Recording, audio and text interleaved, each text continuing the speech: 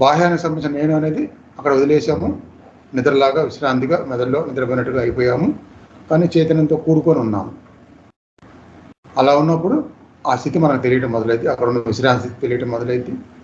అట్లానే బాహ్యానికి సంబంధించిన ఏది లేకుండా ఉన్నప్పుడు ఆ స్థితి ఆ మెదడులో ఎలా ఉంది, అదే స్థితిలో ఉండి విశ్వంలోకి చూస్తే అప్పుడు ఎలా ఉంది అనేది కూడా అందువల్ల ఆ స్థితిలో తెలియటం మొదలైంది. దీన్ని అర్థం చేసుకొని ఆ విధంగా ధ్యాన సాధనలో చేస్తూ ఉంటే కనుక అసలైన నేను అనే దానికి స్థితి ఎలా ఉంటుంది అనేది అక్కడ తెలియటం మొదలవుతూ ఉంటుంది.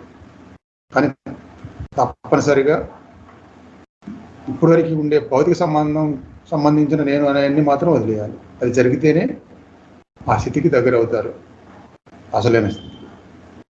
అట్లా మెదడులోకి మనసుని తీసుకెళ్ళి అక్కడ స్థితిలో గమనిస్తూ